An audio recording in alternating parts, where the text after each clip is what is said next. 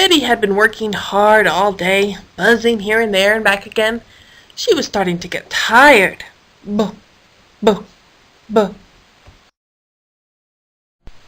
Betty happened to be flying near April, who was lazing in her swampy water. When April heard Betty going buh, buh, buh, April got scared and screamed, "Ah!" Kathy, snoozing in the sun nearby, was startled awake by the scream. When she scrambled to her feet, a hairball got caught in her throat.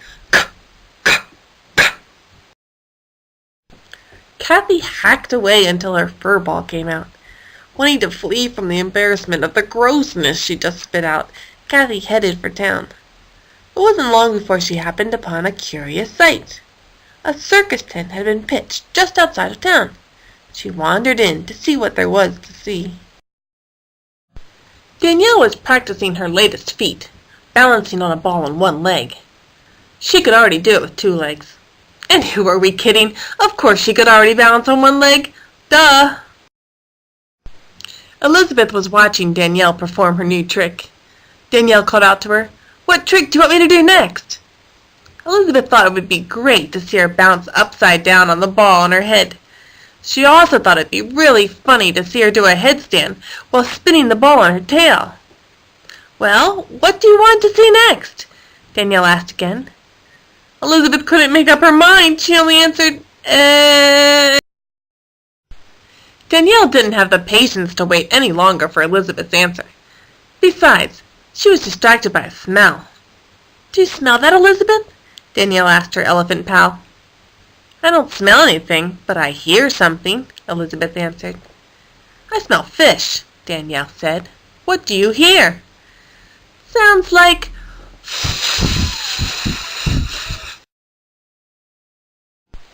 Meanwhile, Hilary the hippo was sleeping peacefully with her nose just out of the water. Irene the iguana started laughing to herself. She tiptoed over to Hilary's holding area at the circus. Eh, eh, eh, eh, Irene peeped at her. Hilary snapped open her humongous mouth. "What? What is it?" She stood and her mammoth mass rose from the water. She looked around and saw Irene. "Oh, it's you, Irene. I'm going to get you." Hilary started after Irene, who swiftly fled. Hilary was soon panting out of breath. She looked around and shouted over her shoulder, "Who wants to spend time with you anyhow? I'll go find someone less obnoxious to be around."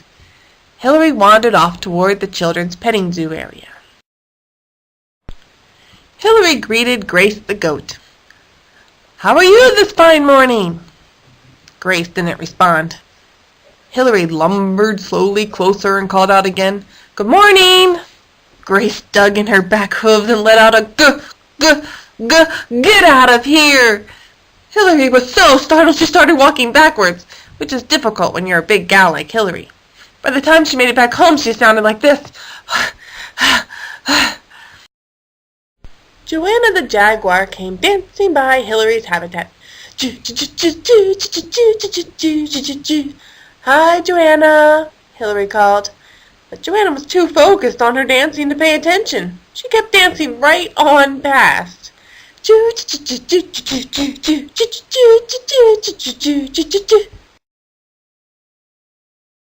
Karen the kangaroo heard Hilary, though, and jumped over the fence around her enclosure and hopped on over to Hilary.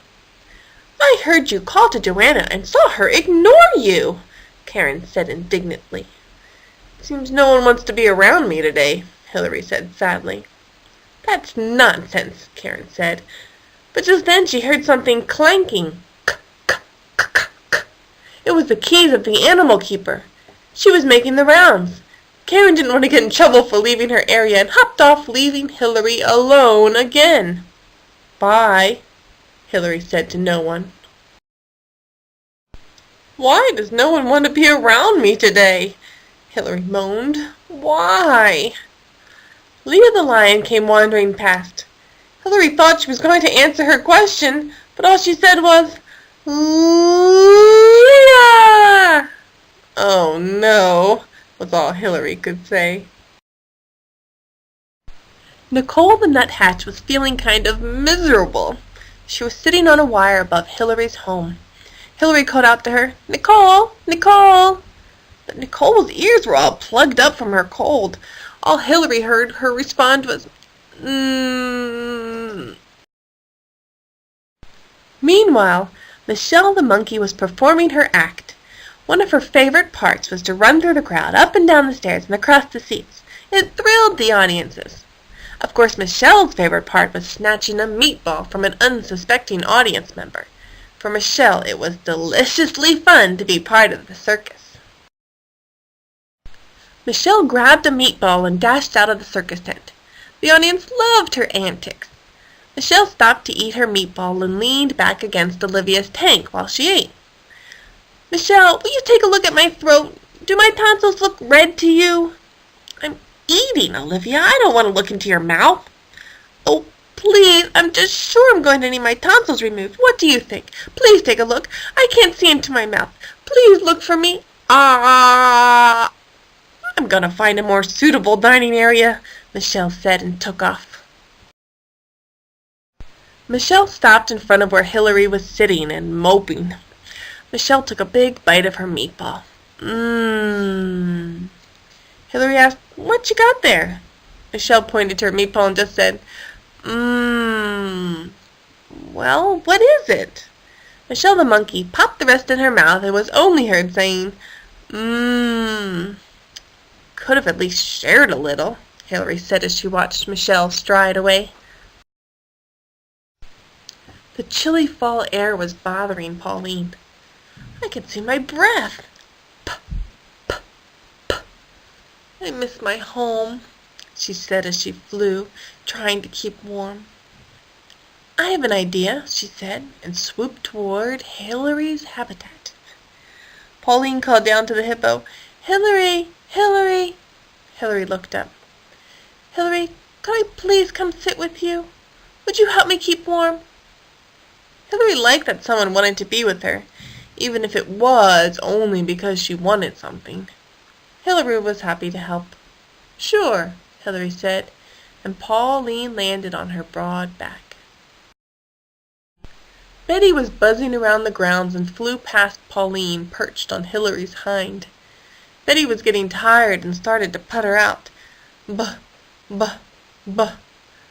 Hillary grew a bit nervous when Betty landed on her nose.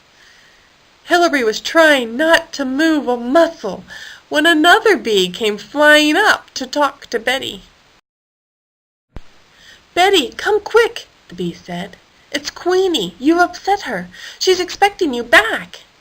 "Are you sure?" Betty asked. "Of course I'm sure," the other bee responded. "When I left, she was making that noise. You know what I mean. Quack, quack, quack." "Uh-oh," Betty said. "You're right. She's upset. I have to get going." With that, Betty forced herself up and flew off. And Hillary, for the first time that day, was glad that someone left her alone. Betty was on her way back to the hive when she noticed something unusual. She knew she shouldn't stop, but she was curious, even if she was still tired. She flew just beyond the fence around the circus grounds. And what did she see? It was a rabbit. It was Roberta, and she was tugging and pulling at something. Roar, roar, roar. Now Betty was more curious. What was she trying to get? It seemed buried under the fence. Roar, roar, roar. Finally it came loose. It was a carrot. Or was it? Roberta sniffed it and then hopped off without it. Betty flew in closer and saw it was just a stuffed carrot toy a child must have dropped long ago. Betty felt badly for the rabbit who had worked so hard for nothing. Then suddenly she felt badly for herself. Queenie would not be pleased. Betty buzzed off in a hurry.